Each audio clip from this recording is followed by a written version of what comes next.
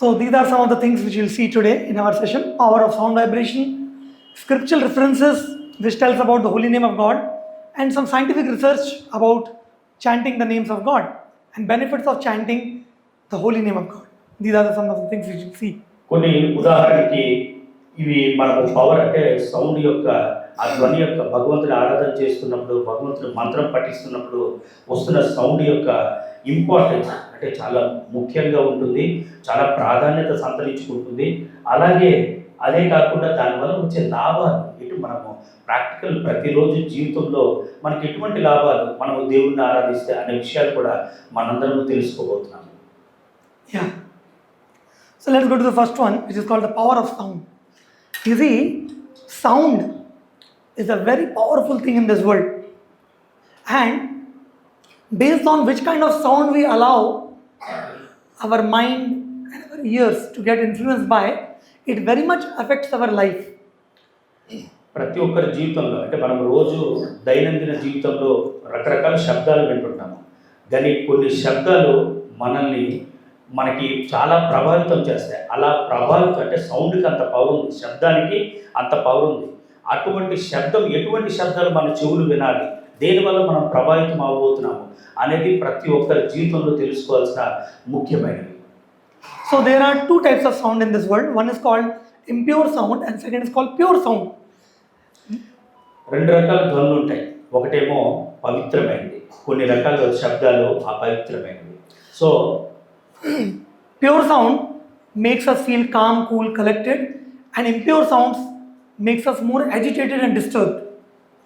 పవిత్రమైన శబ్దాలు మనకెప్పుడు ఆహ్లాదాన్ని, మనశ్శాంతిని కలిగిస్తాయి.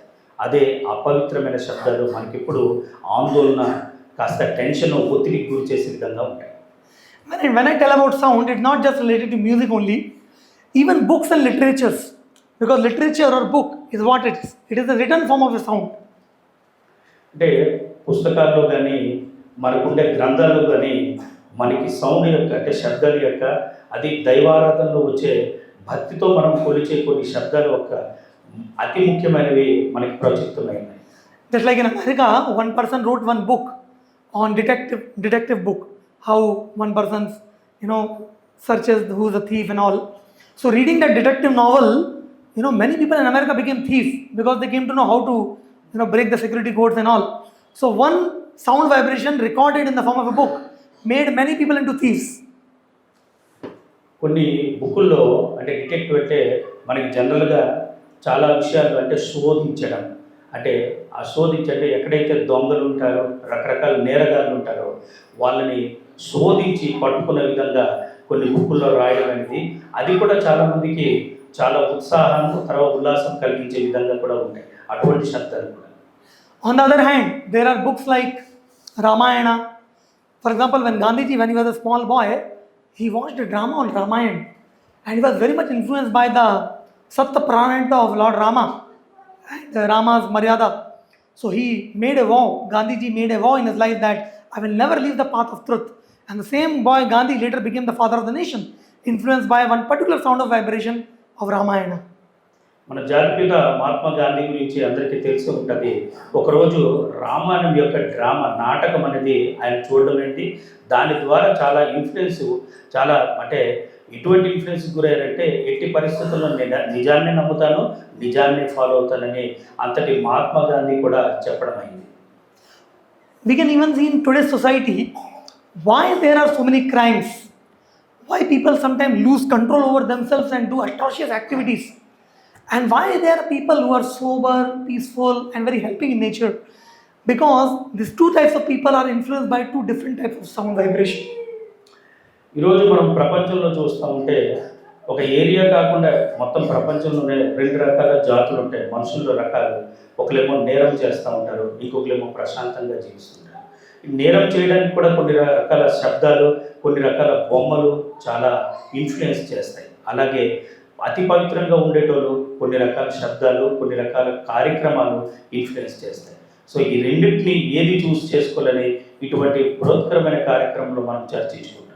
So when people are very much exposed to books or literatures or movies or music which promote profanity, violence obscenity, then those kind of things will grow in the mind of people also. On the other hand, people are more exposed to pure sound vibration, then pure thoughts and pure thinking will awaken in the mind of people.